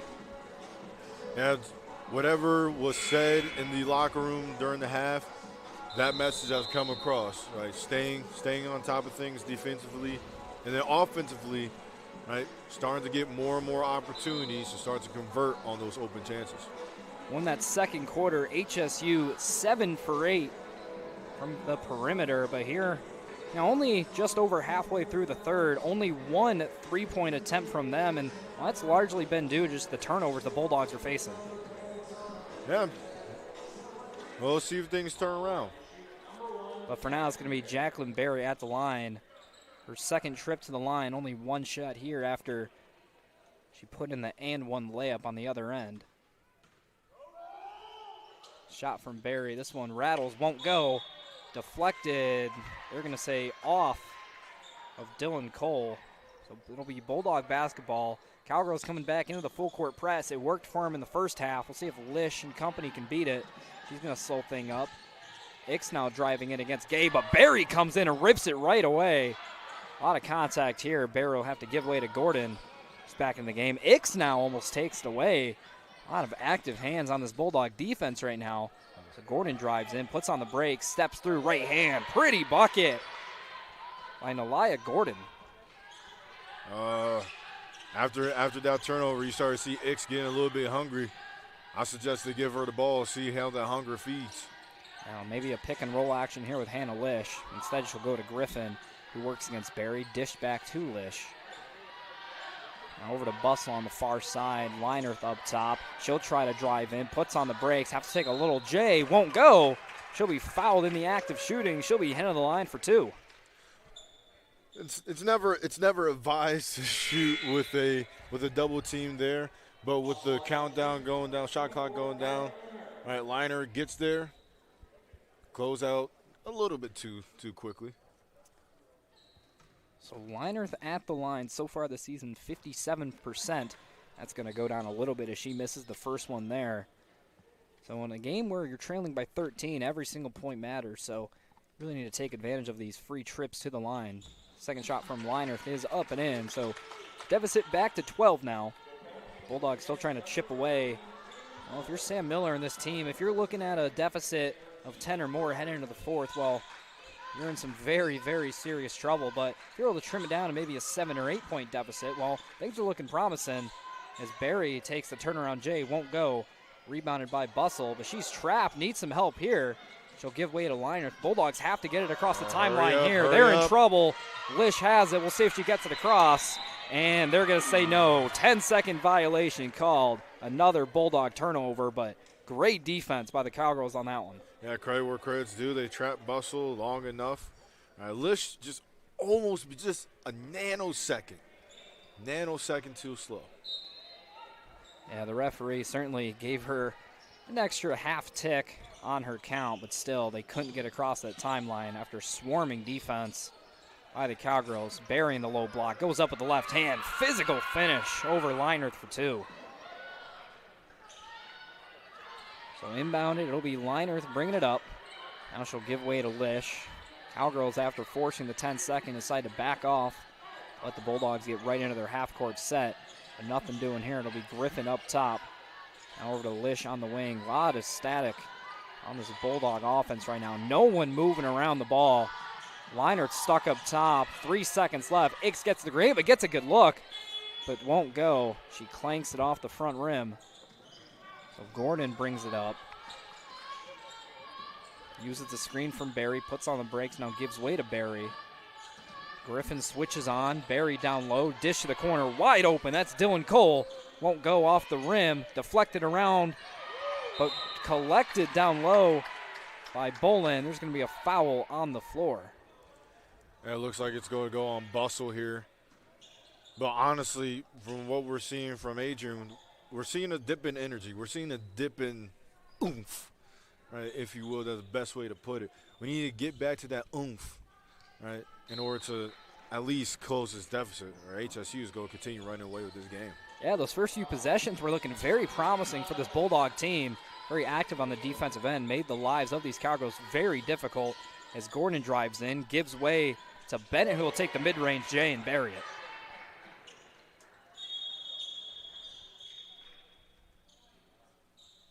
Nagy, I'm pretty sure we're having another clock issue here. Officials meeting. Yeah, I saw the clock run a little bit extra after the shot was made.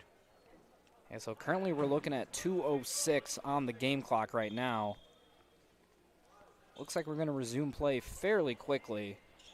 As when this happened before, we saw both teams pretty much instantly go into their huddles. They knew it was going to take a minute.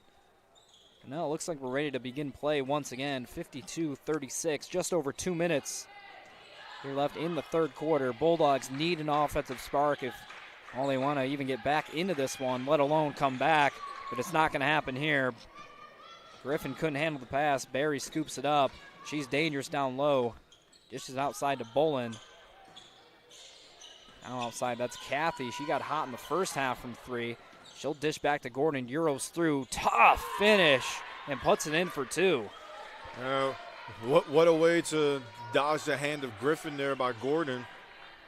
But, like, it was a good rotation, just rotated too late. So it's Leinert on the wing now. She'll try to drive in, puts on the brakes, nothing doing, trying to find some help, still hasn't. Now finds Ix up top. Ix will try to drive in, gets the switch, but a foul is going to be called on the floor, I believe, against Avery Cathy.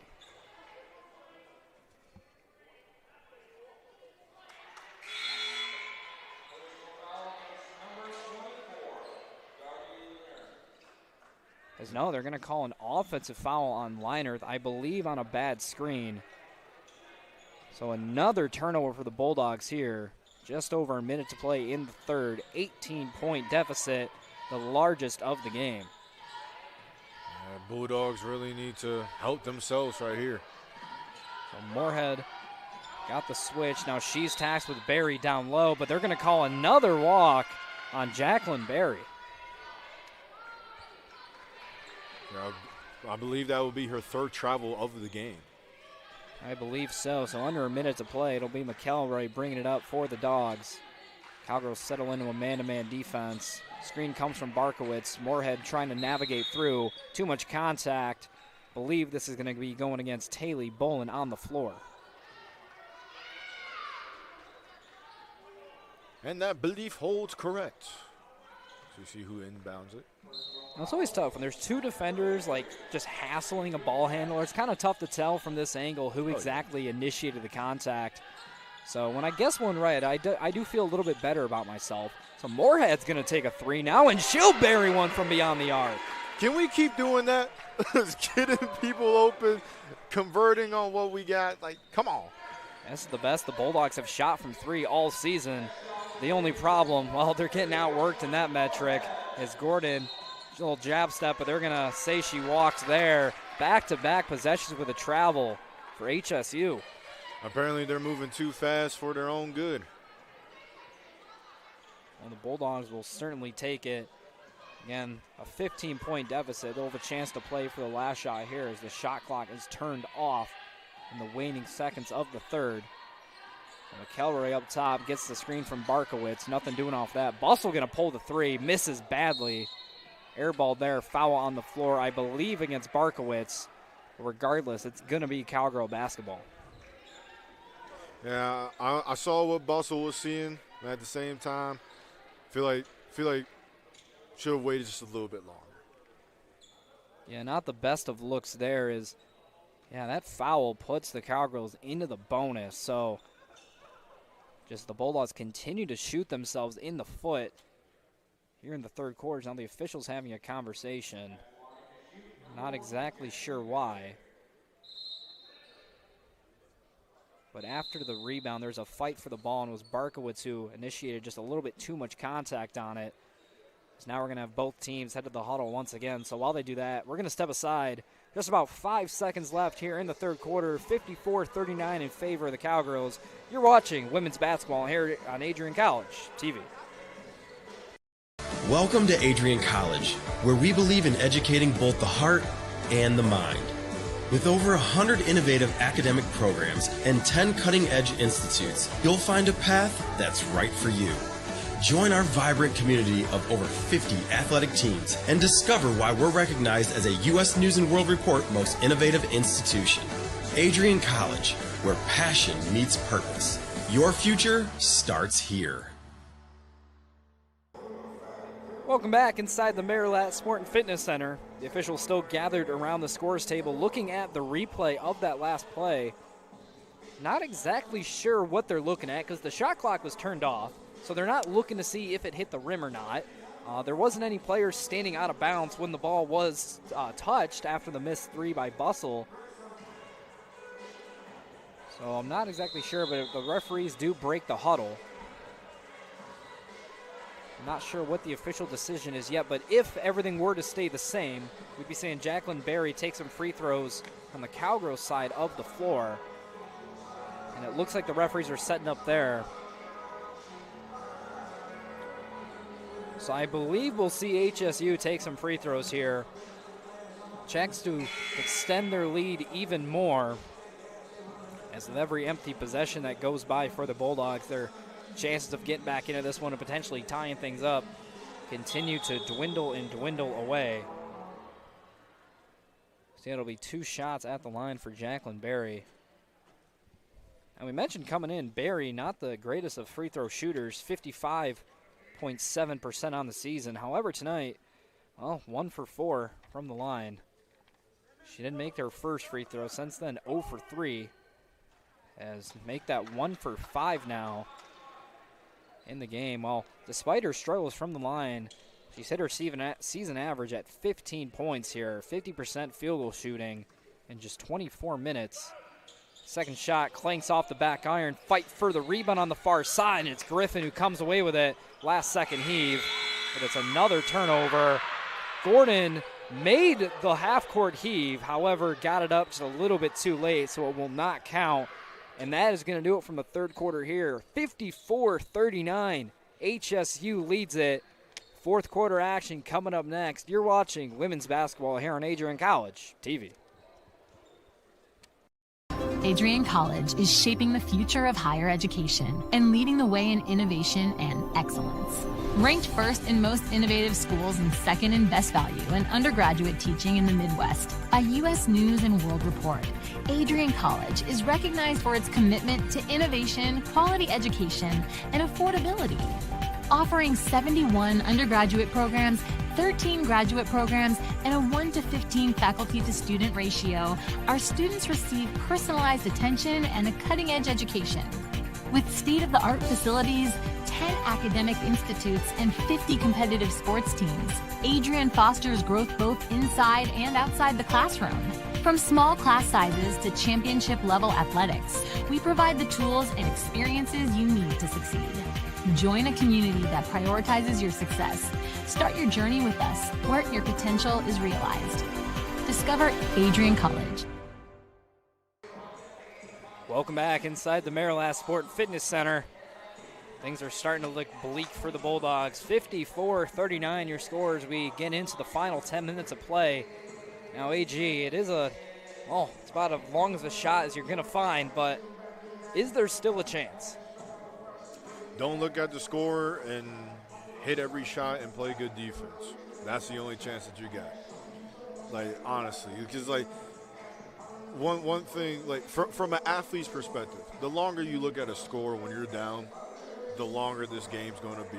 The longer it's going to be, oh, my gosh, like, that mindset's just go jump. Don't look at the score and play your game and see what happens. Well, the good news is they do have 10 points to work with, and I know a lot of people tend to look at the points per minute metric, and, well, right now they're down 15 and 10 minutes left. My math isn't perfect, but to me that sounds like they need 1.5 points per minute above their opponent. Well, I mean, we have seen it get done with closing the gap. Against this team, it's a possibility. So both teams still have the starters out there for the most part as Gay hands it off to Cappy. Out of Bolin on the far side. Bulldogs back into the 3-2 zones. Cappy has it outside. She'll drive, trying to find some space, but another walk called. Official on it right away.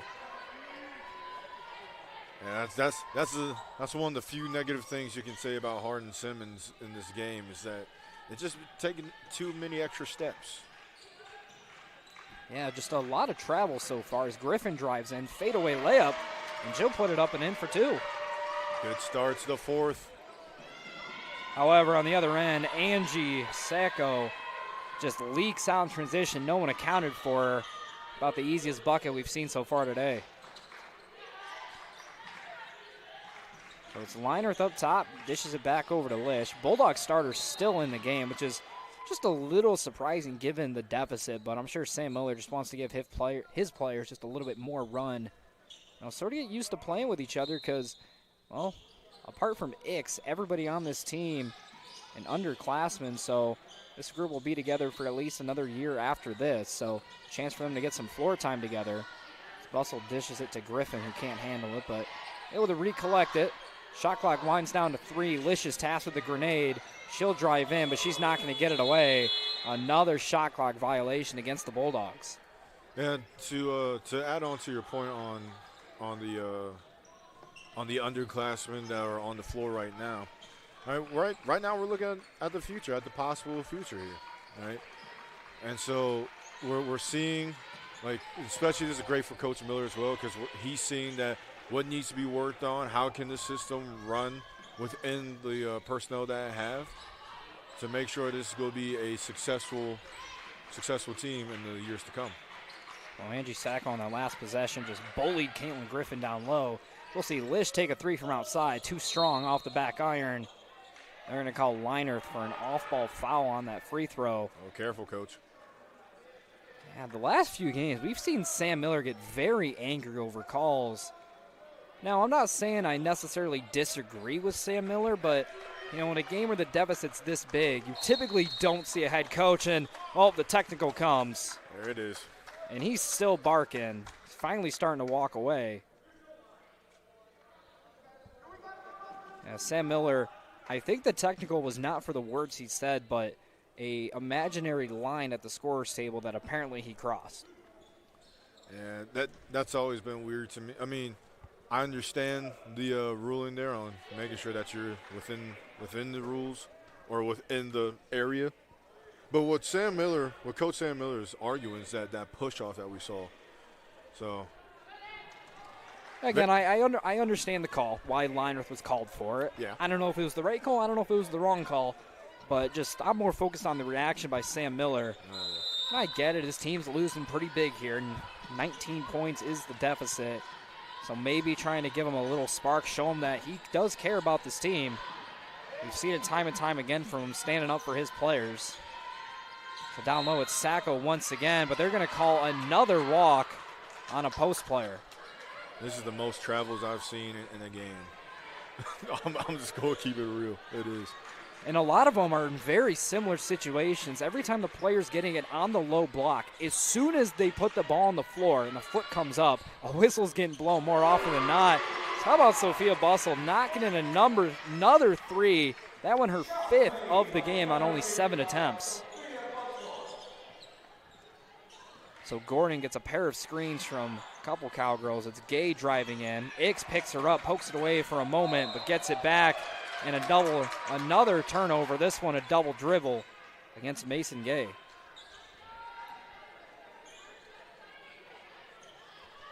So it'll be Lish bringing it up now, 16-point deficit, 7.5 to play in this one. She'll be guarded by Gordon, brings it over to the wing. Griffin up top, now to Linerth on the far side. Bustle comes off a pair of off-ball screens, but good defense by Gay. So Griffin will drive in, another running layup. This one won't go off the glass.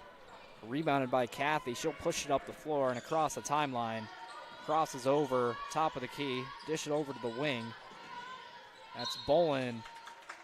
We're going to have a foul on the floor. This one against the Bulldogs. Yeah, it'll be on Griffin there. Yeah, we mentioned at the top of the broadcast, Caitlin Griffin in her first career start as a Bulldog. She's appeared in 8 games this year. This one her 9th. First time she's gotten to start the game. And while she's done a lot of things well, but she's also made quite a few mistakes, has 4 turnovers in the game. Is this another foul on the floor against Bustle? But overall, Griffin has certainly shown flashes. Like there was a play earlier where she was at the top of the key, drove straight in, got a nice pass from Ix and put it up and in. So the potential is certainly there, but overall just kind of needs to, fine-tune a lot of things in her game to really make an impact for this Bulldog team. as Gay has it, Euros through, goes high off the glass, won't go. Deflected off of Cowgirl. It'll be Bulldog basketball going the other way. And that's a great thing about getting that opportunity, because now you really know how you can fare when you get that starting opportunity, especially with her first career start against a team like Hardin-Simmons, right, who's playoff bound and has possible championship qualities to their team game. It's a good test to see where you're at. Another errant pass from Lish leads to the turnover, and it's Angie Sacco once again putting one in on the other end.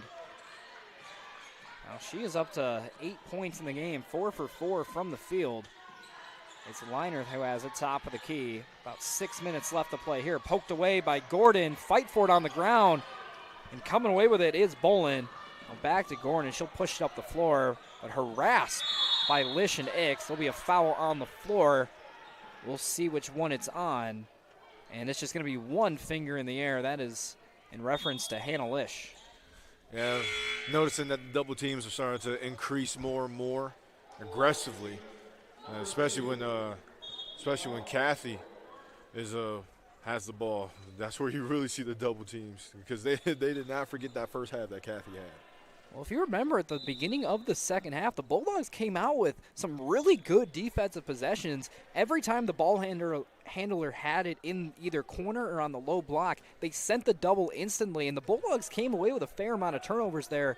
However, as the second half has progressed, we've seen Kendra Whitehead really start to space out that floor once again, and not have everything so contested, thus nullifying any double teams by the Bulldogs.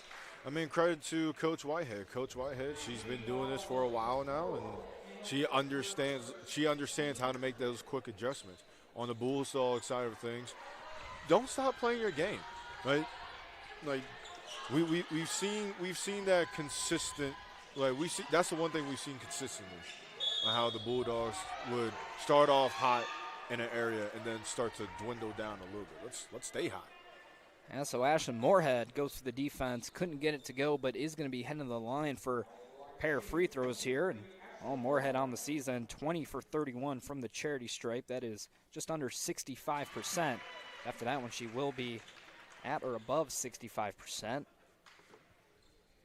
Certainly something the Bulldogs have lacked these last few seasons is just, that scoring drive from the point guard position. Yes, Hannah Lish, great player in her own right, great facilitator, but doesn't necessarily provide that scoring spark, as here it's Taylor Bolin, just wide open, jogs into the paint, and puts it up and in for two. But something that Moorhead can do is the tough shot-making ability, and just, her driving in and being physical. Some of the Bulldogs haven't had a lot of these last couple seasons, so a little promising to see that, as Ix misses one. It's rebounded by Bolin. Bolin works against Lish. She drives in, puts on the brakes, dish back to Merrill. Merrill will kick it back. Now back to Bolin up top. Bolin moves to the wing, kicks it to Kathy. Another deep three from Kathy. This one almost went in, but doesn't. Foul on the floor. This one's going to be against Aubrey, so we'll be staying on this end. Yeah, a little bit of chaos in the back end. All right, offense getting set up. Kathy with a deep three, and shoot. Yes, that's going to be our final media timeout of the game at exactly 5 minutes. At 66-45 your score. We're going to step aside for just a minute, but don't go anywhere. You're watching women's basketball here on Adrian College TV. Looking to become a future Bulldog and get recruited by Adrian College? Do you display characteristics of tenacity, drive, and determination? With over 50 teams on campus, there are plenty of opportunities to further both your athletic and academic career. For all recruiting inquiries, head to www.adrianbulldogs.com and click on the Recruit Me tab at the top right of your screen. Your future with the Bulldogs is closer than ever.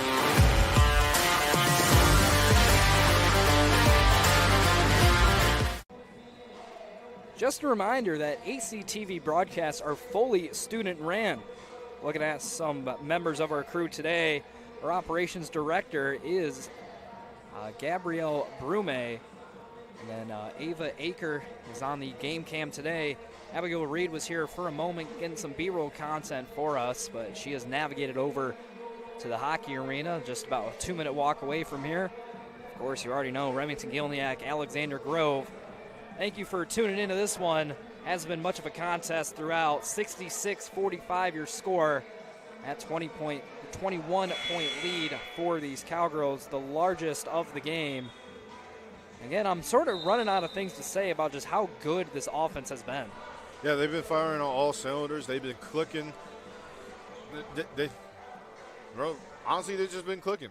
Right? Like every pass has been on the money. Right? Every shot has been hit, and if they don't hit the shots, they get the rebounds. And if the rebounds aren't there, they're back on defense enough to get another opportunity in a blink of an eye.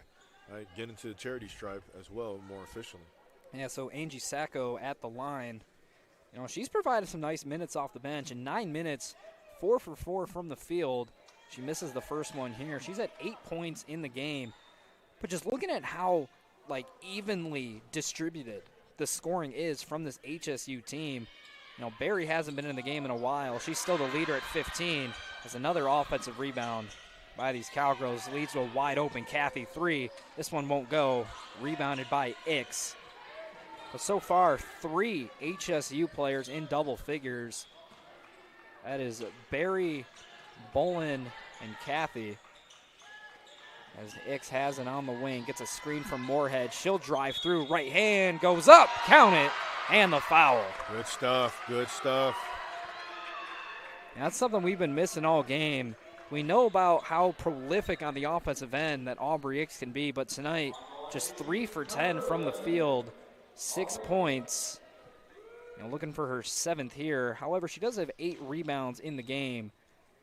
But just overall, the players who have gotten significant run in this game that handle the ball have largely been turning it over at a, well, just too high of a rate. You know, Lish has 4, Liner has 4, Griffin has 4, Bustle has 3, Ix has 3. We give credit to Ashlyn Moorhead, only 1 in this game in 16-plus minutes. A 3 on the far end, rattles off the iron, but a nice offensive rebound by Merrill. A reset with Bolin on the wing. Back to Merrill, working against Griffin, has it on the perimeter, gives way to Bolin. Bolin working against Moorhead, crosses over, gets into the block, turnaround, over to Sacco. Up top, that's Buchanan. Good dish to Sacco, gets Griffin in the air and goes up, puts it in for 2. That'll be Sacco's 10th point, make that 4 in the double digits for Hardin-Simmons. Now, it's not all sunshine and rainbows for her. She came up a little limping after that last play. Ouch. So she'll have to come out of this game. So with 4 minutes left, deficit remains at 21 points for the Bulldogs. But again, in a game like this, you're just looking for players. I'm not saying you want them to make mistakes, but you know, the only way to learn from them is to make them. But so far, either the clock operator or the clock itself is not learning from its mistakes. It's been a continuous problem all game. But honestly, this has been a learning year for Adrian. Right? It's a learning year and leading into a transition year, right? Where, as you mentioned, Morgan Babb, right, Aubrey Ix, right? They're on their way out, about to graduate, right? So you want to make sure you get everybody that's an underclassman on the same page. So that way next year and the years to come can be a fun, exciting time. One of those players is Bustle. She's misses a 3 badly, about 2 feet far left of the rim and also a little bit short, just about as bad as you're going to see a player miss a 3. Good news is she has 15 points to back up her name on this game. Yeah, 5 for 9 from 3. Definitely an impressive effort from her. Really been the only thing working on the offensive side for these Bulldogs. So it'll be Kathy bringing it down. Flings it over to Buchanan, going to work against Griffin. Picks up her dribble, have to give way to Sims. Sims will pull the 3 off the back iron, rebounded by Moorhead. Moorhead been the most efficient ball handler today for the Bulldogs. Puts a nice behind-the-back move there. Bustle is stuck with it. She'll give it back to Moorhead. Still very physical defense from Gracie Merrill here against Moorhead, who will go for the drive. Tries to Euro through, nothing doing. Gives way to Ix, back to Moorhead. Shot clock at 8. Moorhead a little hezzy, almost a double dribble. Nice move and a nice dish to Ix. But Ix couldn't handle it. It'll be another turnover for the Bulldogs, and unfortunately, it's going to go against Ashlyn Moorhead. Moorhead was doing the best of her abilities, and It was a nice slick pass going behind the defender, just right through the legs. We talk about getting excited about the future. And with ball handling like that, just the ability to facilitate the offense, certainly very promising from Moorhead there. Also the HSU on the other end. This is Merrill driving in, goes up, physical finish, gets the and one. Well, that's the most excited I've seen this bench go on for a score. And this bench has been given some energy throughout the game. There's Merrill, she drives through, Bustle gets that and one shot. Well, at this point in the game, 2:40 left, over a 20-point deficit. Every single player on the court for HSU is a backup / not reserve, but these players that only check in. I hate the term garbage time because the game's 40 minutes for a reason. Every minute matters. I don't agree with garbage time, but we'll see Bustle take another three from the wing. She dials it back in to put one through. 18 up 4. Yeah, 6 for 9 now from 3. You'll take that any night, especially from beyond the arc. On the other end, here's Merrill. Dishes it down low to Bennett. Bennett goes to work against Bustle, tries to go baseline. Now goes up is Sims, but it won't go. But she'll be, nope, there's going to be a travel on the floor. My bad, partner, I didn't see it. It's all good. I got you. I got your back. Now, speaking of players who we normally don't see check into the game, that is Anya Riley checking in for the Bulldogs here with under 2 to play. McElroy swings it to Bustle, now to Riley. We'll see what she can do on the offensive end. She'll have to give way and turns it over. It's going to be Kaya Buchanan driving in left hand, but too strong off the glass, won't go. Riley fight for the rebound, and it'll go off of her. It'll be Cowgirl basketball. We'll stay on this side of the floor. Anya Riley, we mainly see her as one of the main voices on this bench, on the Adrian bench.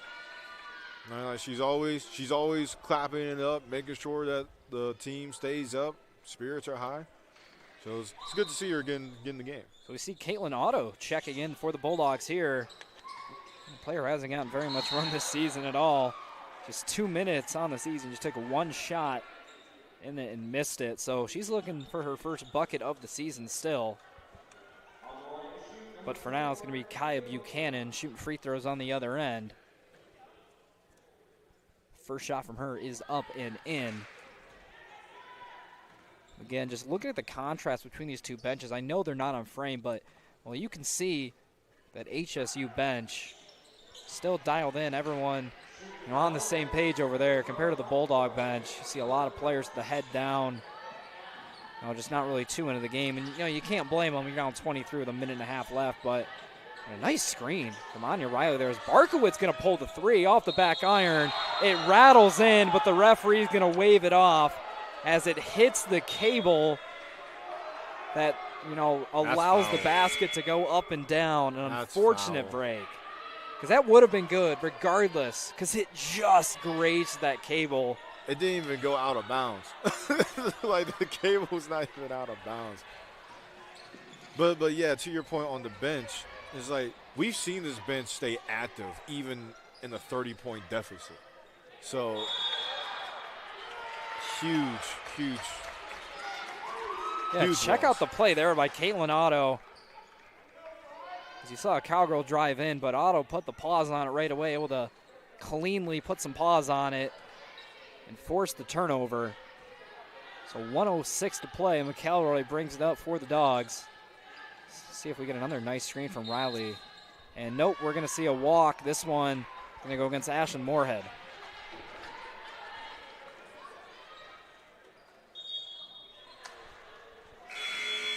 We're going to see another sub come into the game. This one, number 23, Alina McCullough. This will be her 5th appearance of the year, just 14 minutes. Has made a field goal on the season. She is 1 for 4 in that metric.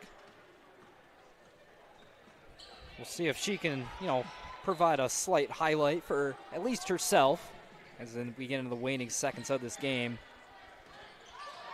You always want to go out strong. Always want to go out strong. Merrill navigates through, drives in. It'll be Barkowitz who fouls her in the act of shooting, so we'll see her heading to the line once again. Yeah, Merrill going to the line again, as you said, partner, and just wide open lane. Red Sea, wide open lane. Got split, draws a foul. Yeah, Gracie Merrill standing only 5'2". And you don't expect a player with a height like that to be routinely sitting inside, but, well, she's finding her lanes, navigating through. Oh, and being productive off the bench in the scoring department for these Cowgirls. So 35 seconds left. Otto has it up top. Swings it over to McElroy. Barkowitz with the screen. Nice switch by the Cowgirls. McCullough wide open from three up top, but misses badly. Won't even touch the net. It goes out of bounds. It'll be Cowgirl basketball with 26 seconds left. Hopefully they just bring this one up the court and dribble it out. But now McElroy putting some full court pressure on. Get those reps in. Get those reps in. Now I think they're finally going to slow things up. This is Sims outside who swings it over to Jamison. Jamison putting some moves on, guarded by Barkowitz, but it's poked away by Otto. But possession stays with the Cowgirls as now finally Gracie Merrill's going to keep it up top. And that is going to do it here. 75-50. HSU gets it done. And, well, they did it off the backs of an impressive first half performance. You know, they came into the break leading 42-26, and really things didn't get much better from there. Adrian actually won the third quarter 13-12. Largely due to a pair of three-pointers. I shot 5 for 12 in that third quarter, 2 for 3 from beyond the arc. But overall, HSU dominated just about every aspect of this game. Yeah, they right from the jump. They were on it, like speed and and shot selection. Like earlier we talked about them shooting high volume, and they did just that. They stuck to their game, they stuck to their guns, and ba-bam, thank you, ma'am. They got the W off of it. Yeah, look at some of these, final stats for the game. We spent so long just kind of gawking at the three-point shooting from HSU. But how about the Bulldogs? Out shooting HSU. They shot 10 for 20 from beyond the arc in this game. That bests HSU's 9 for 18. So in a game where we couldn't stop talking about the three-point shooting from the purple jerseys in this one, how about Adrian? Putting 10 three-pointers up in this game. So definitely some things to build off as they head into their next matchup. Yeah, there's always things to keep your head up. And that matchup is winning, partner. Yeah, so Adrian only 2 games left in the regular season. Tournament chances not looking good. The next contest comes February 18th. That's a Wednesday at 7:30, and it'll be right here inside the Marilat Sport and Fitness Center where they take on the University of Olivet. And that is going to be the senior day for this team. So I'm sure we'll see Aubrey Hicks, Morgan Babb getting a nice ovation here given their history with this program. But for now, that's going to do it from us here at ACTV. Remington Gilniak, Alexander Grove, and everybody else. Thanks for sticking with us on this Friday night. And have a good night, everyone.